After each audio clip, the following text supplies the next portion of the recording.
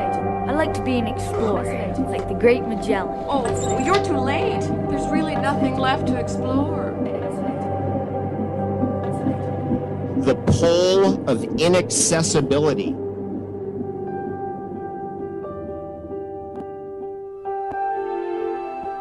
Don't be afraid.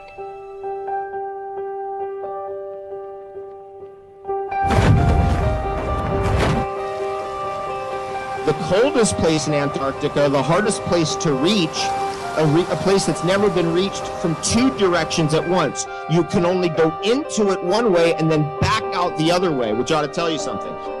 You go in one way, you have to go back out the way you came. It's called the pole of inaccessibility. In the South Pole, it's the coldest place on Earth, the most difficult place on Earth to reach. 360 is a whole turnaround, but we have 365 days. When you start putting the sun's motion, the moon's motion, and the star's motion together, it's irrational. They don't make sense. So you end up with Mayan calendars just trying to get an accurate of where we're going into the future, because these three clocks don't match up with each other. That indicates intelligence. That indicates that we're in a realm, not a planet. We're in a realm of some sort. The sun's motion and the sun's timing system can't be exactly correlated precisely with the moon's. Indicate the heavens move, Earth doesn't move. As far as I'm concerned, my study of this, heliocentric model is a nightmare, complete garbage. Think about that.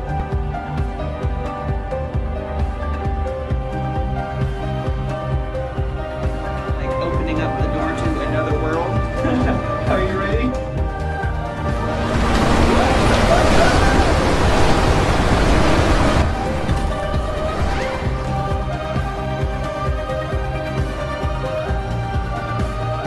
We suggest a ban on all marine... Why anything at all? Like the sponge at the bottom of the world.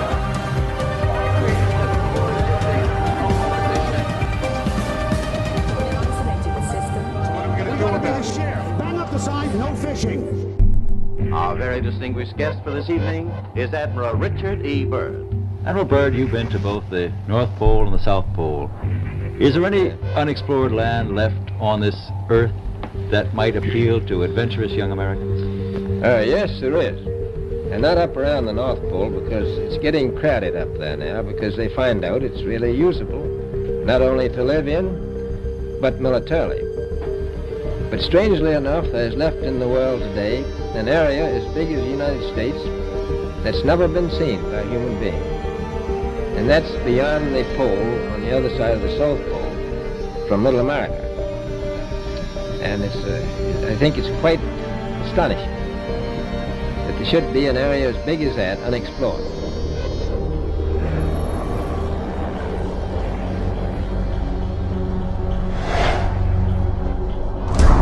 It is the most isolated landmass on the planet. There is no permanent population. There is no horizon, no shadows. There is only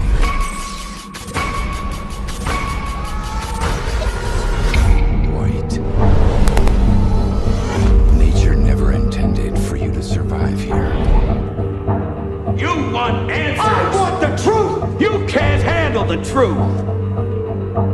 Son, we live in a world that has walls, and those walls have to be guarded by men with guns. Who's gonna do it? You?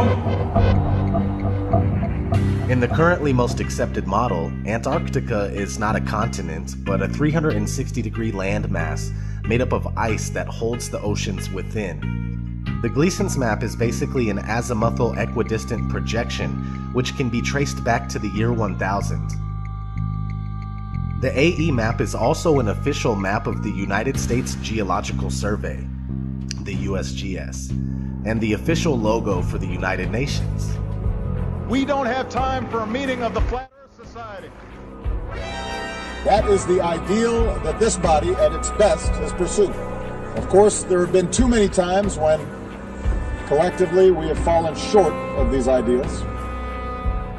The oldest known globe in the world is from 1492.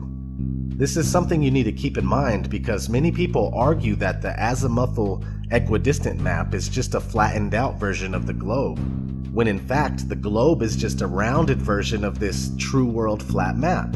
If the flat map came first and it has the ability to convert into a globe without any problems whatsoever, then that should tell you a little bit about how this globe deception was achieved. Now, back to if there is an edge or not. There is no proof that there is an edge past the Antarctic ice wall, but it is speculated by many that perhaps the plane that we live on is either extremely expansive or it's possibly endless. In these two scenarios, it would be logically assumed that more land is being hidden from the general public. And I'm here to reveal the truth. There are others who exist on this planet. They do not view us as equals. They call themselves the pure, and they call us the damaged. They created a wall to divide us from their world, and factions to divide us from each other. They tried to make us forget who we are and where we're from. But they did not succeed. And we're gonna tear down their wall. For those who control the levers of power in Washington, and for the global special interest, the political establishment that is trying to stop us is the same group responsible for our disaster. It's a global power structure that is responsible for the economic decisions that have robbed our working class, stripped our country of its wealth, and put that money into the pockets of a handful of large corporations and political entities. The only thing that can stop this corrupt machine is you. But we believe there will be those among you who will transcend these factions. These will be the divergent. They are the true purpose of this experiment. They are vital to humanity's survival. If you're watching this now, then at least one of you is proof that our experiment has succeeded. The time has come for you to emerge from your isolation. You join us. Evelyn's orders! The gate is now closed! We've allowed you to believe that you're the last of us. Fear not.